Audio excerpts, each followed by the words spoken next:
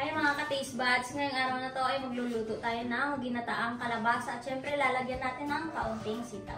Ito pala yung mga ingredients. Meron tayo dito napakaraming kalabasa. Nabili po namin ito 40 pesos lang.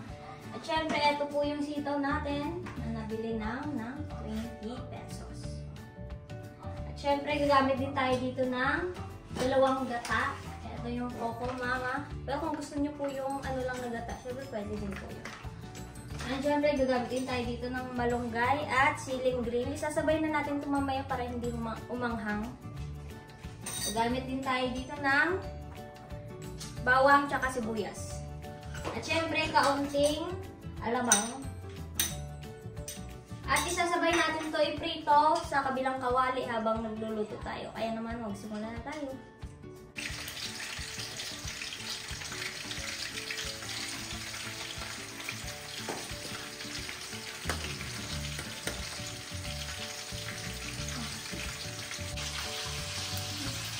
Ito, magigisa na tayo ng sibuyas bawang.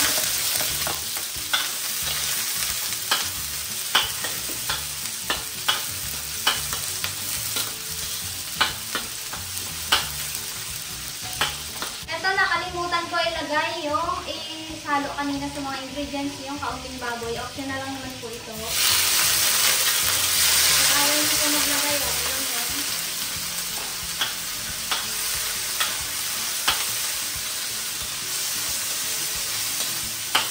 Iplanan natin ito ng paminta.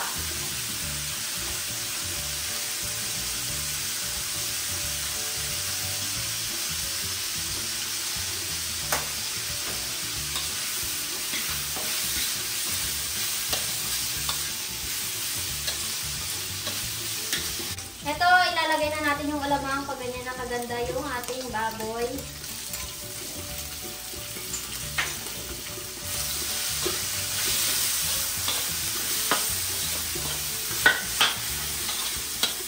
Ito, ilalagay na natin yung isang Coco Mama. Lagyan natin kaunting tubig. Lagyan ito ng kaunting tubig. Siyempre, kaunting tulo. Ilalagay na natin yung kalabasa.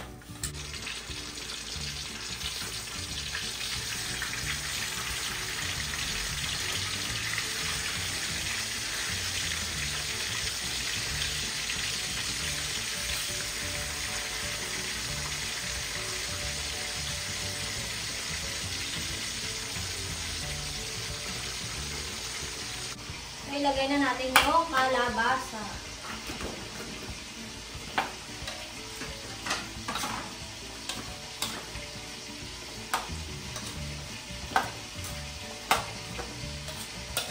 Siyempre, titimpla natin ulit ng kaunting paminta.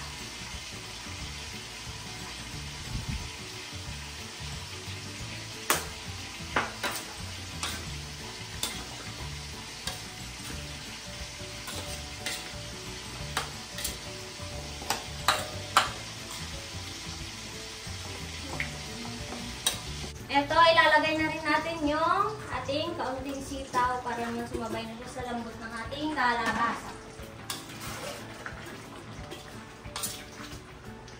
Napakasarap na.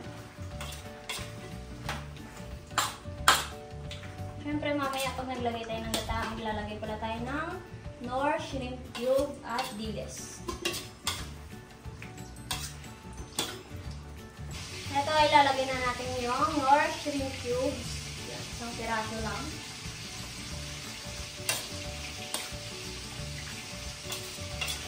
Siyempre, sasaway na natin dito yung kaunting dilis. Hindi ko na pala ito na sigang, nasangag.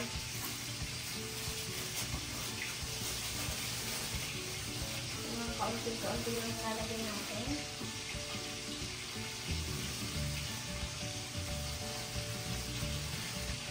Ganyan siguro ako.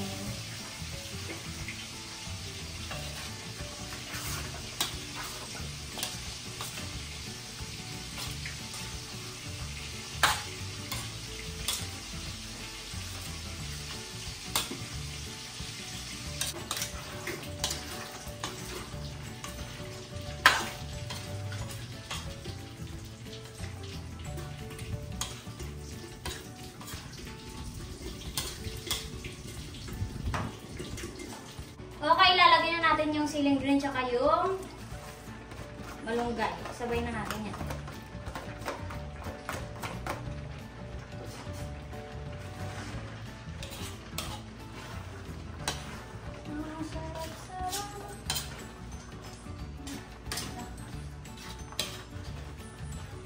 Sinasabi ko.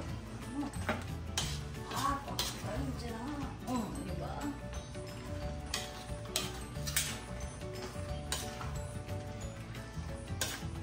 Naman, luto na ito. Ating ginataang kalabasa.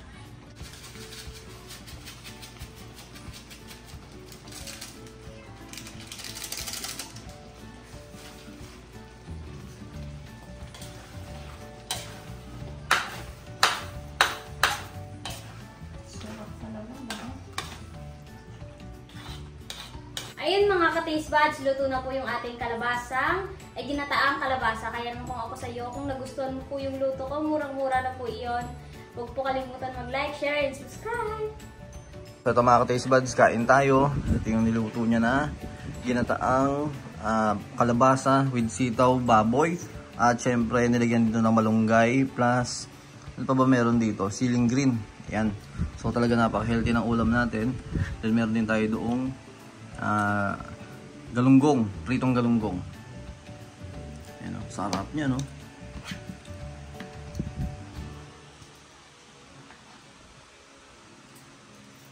Ayan, no?